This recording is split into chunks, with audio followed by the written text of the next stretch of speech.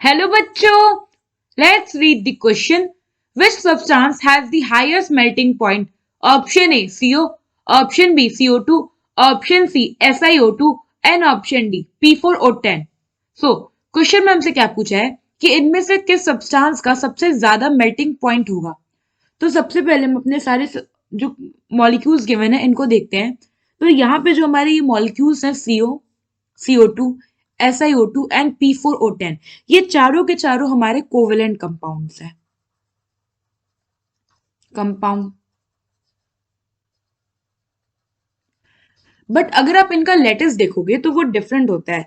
जैसे कि जो हमारा मॉलिक्यूल है CO2 एंड P4O10, अगर आप इनका लेटेस्ट देखोगे, लेटेस्ट बेसिकली क्या होता है, इनका कैसे इन मॉलिक्यूल्स का अरेंजमेंट होता है. तो ये मॉलिक्यूलर लेटेस है.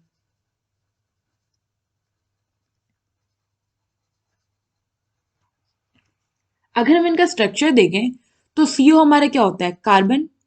ये हो गया डबल बॉन्ड ऑक्सीजन और एक कोऑर्डिनेटेड बॉन्ड कार्बन के टूवर्ड्स ऑक्सीजन से. CO2 की बात करें तो ये क्या होता है, कार्बन हमारा centre atom, double bonded oxygen. अगर आप देखो तो CO और CO2 दोनों क्या है, हमारा लीनियर कंपाउंड. अब हम देखते हैं P4O10 का स्ट्रक्चर. तो ये कुछ ऐसा होता है.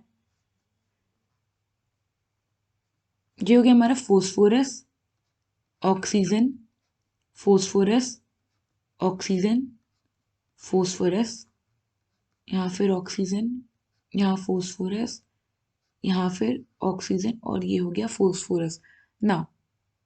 ये हो गया double bond oxygen, double bond oxygen, double bond oxygen, double bond oxygen.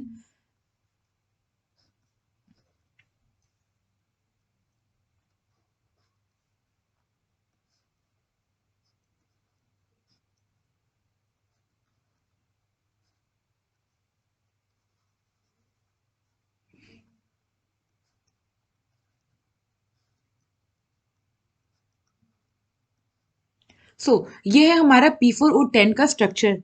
Now अब हम बात करें अगर हमारे SiO2 के स्ट्रक्चर के बारे में, तो सिलिकॉन डाइऑक्साइड जो होता है ये हमारा 3D नेटवर्क है. ये हमारा 3D नेटवर्क है. एंड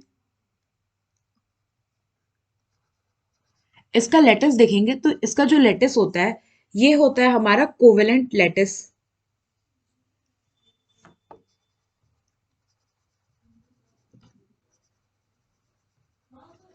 और इसका स्ट्रक्चर कुछ ऐसे अरेंजमेंट होता है जैसे कि ये हमारा सिलिकॉन है. एक सिलिकॉन क्या होता है, दो ऑक्सीजन के साथ बॉन्डेड होता है. और फिर फर्दर ये ऑक्सीजन जो है ये SiO2 के दूसरे सिलिकॉन के साथ बॉन्डेड होता है. तो अगर आप देखो तो यहाँ पे कुछ ऐसे आपको नेटवर्क दिखेगा.